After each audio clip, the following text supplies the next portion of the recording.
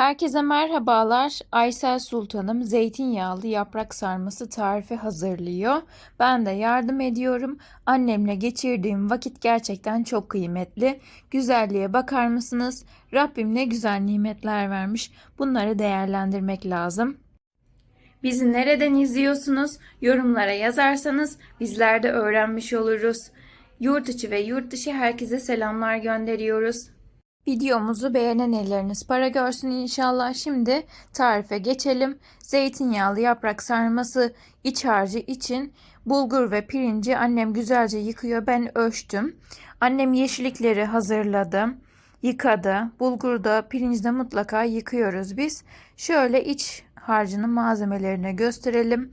Taze soğan, maydanoz, dereotu, nane, domates, soğan. Annem bunları rondodan geçiriyor. İç harcımız çok lezzetli olacak. Aysel Sultanım içine sevgisini katarak hazırlıyor. O yüzden pek güzel oluveriyor maşallah.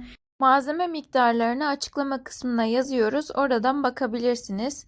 Annem kıydırdığı yeşillikleri üzerine ekledi. Pul biber, karabiber, ardından kırmızı tatlı toz biber, tuz, baharat miktarlarını damak zevkinize göre ayarlayabilirsiniz.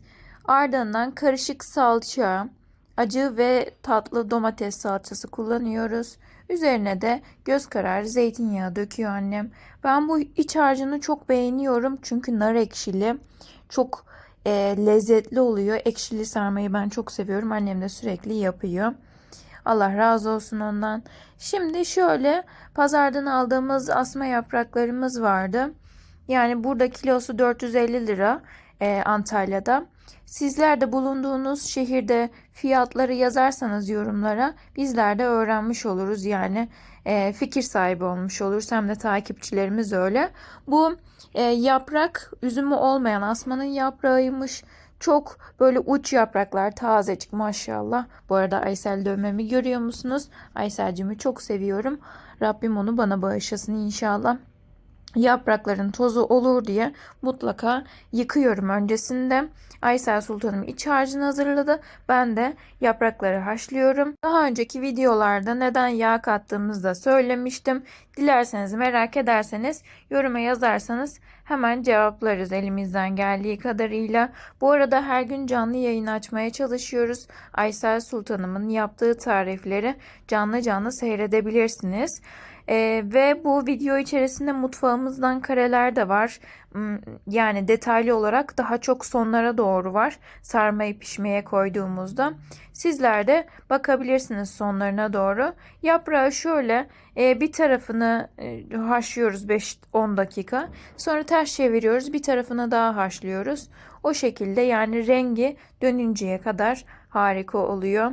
Annem de yaprağın saplarını koparıp şöyle sarıyor. Aslında bir tane sarardı ama yapraklarımız çok küçük olduğu için değerlendirmek adına uzun bir sarma olması adına kalem gibi olması için iki tane yaprağı birleştirip sarıyor. Aysel Sultanım hiçbir şey israf etmez maşallah. Yani Allah bereket versin inşallah. Annelerimizin hakkı ödenmez. Ve Aysel'in Yemekleri YouTube kanalımızda birçok yaprak sarması tarifi mevcut. Göz gezdirirseniz seviniriz yani. Kanalımıza abone olmayı, beğenmeyi, kaydetmeyi ve yorum yapmayı unutmayın. Annem yanlarından kapatarak sarmamızı sarıyor. Aman ya Rabbim sarma ne haldeyim diye bir soğuk espri yapabilirim sizlere. Bu arada siz bugün ne pişirdiniz? Yorumlara yazın lütfen. Yani her gün ne pişirsem diye düşünenlere fikir olmuş olur. Ben içimden geldiği gibi konuşmaya çalışıyorum. Yani bazen şive yapıyorum, bazen böyle normal konuşuyorum ama günlük hayatta da böyleyim. Aysel Sultan'la konuşurken de yani içimden geldiği gibi takılıyorum. Bu arada hani bazen kötü eleştiriler gelebiliyor. Okuma yazma öğren, düzgün konuş. Çok kötü konuşuyorsun ve daha kötü şeyler de yazılabiliyor. Yani Aysel Sultan'ın beni okuttuğu üniversite mezunuyum ben. 4 yıllık maliye mezunuyum Akdeniz Üniversitesi'nin. Ama böyle konuşma daha çok hoşuma gidiyor. Ege şivesini zaten çok seviyorum. Aslında Egeli değiliz, Ispartalıyız. 40 yıldır Antalya'da yaşıyoruz. Yani annem 40 yıldır Antalya'da yaşıyor. Ben de onun sayesinde buradayım. Biliyorsunuz beni doğuran annem rahmetli oldu ama Aysel Sultanım teyzem beni büyüttü, bu yaşa getirdi.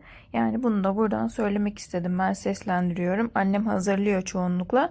Ben sadece zaten görmüşsünüzdür. Annem 2 tane sarma sararken ben bir tane sarabiliyorum. Yani ama ondan çok şey öğrendim. Bir taraftan da yaprakların sap kısımlarını koparıyorum. Annemle geçirdiğim zaman çok kıymetli gerçekten. Annelerimizin kıymetini bilelim. Yani ben teyzemle yaprak sarmasını yapmasını çok seviyorum. Böyle büyük bir terapi, kafa dağıtma, stres atma yöntemi. Bir de yiyoruz yani. Dışarıdan almıyoruz. Evimizde en doğalı misler gibi. Bu arada da yani 2-3 saate sarılıyor ama hapur hapur 2 dakikada yenebiliyor. Ben hele bunu dolaba koyduktan sonra böyle soğuduktan sonra ekşili ekşili yemesini çok seviyorum. Böyle ama çatalla değil. Böyle alacaksın eline. Böyle tek tek çerez yer gibi yiyeceksin. Çok güzel oluyor gerçekten. Yediğim halde yani tekrardan canım çekti. Keşke böyle tadılan videolarda olsa ve sizlere gönderebilsek. Göz hakkınızı helal edin bizlere. Mutfağımızdan karelerde koydum. Bu arada sarmamızı sardık. Altına böyle bir dolma süzgecimiz var. Onu koyduk. Sonrasında sarmalarımızı dizdik. Bir böyle bir yatay, sonraki sırada dikey, sonra yatay dikey olacak şekilde. Sonra annem üzerine tuz serpti. Böyle ondan sonra suyunu döktü. Bazen zeytinyağı gezdiriyor, bazen gezdirmiyor. Sonrasında büngül büngül kaynadıktan sonra ocağı kıstı. Kısık ateşte misler gibi pişirdi. Tabii o sırada analı kızlı bir kahve keyfi yaptık. Şöyle mutfağımızdan karelerde ekliyorum. Biz bir aile olduğumuz için yani bize her gün takip edenler oluyor, yorumlara yazıyorsunuz. Çok mutlu oluyoruz.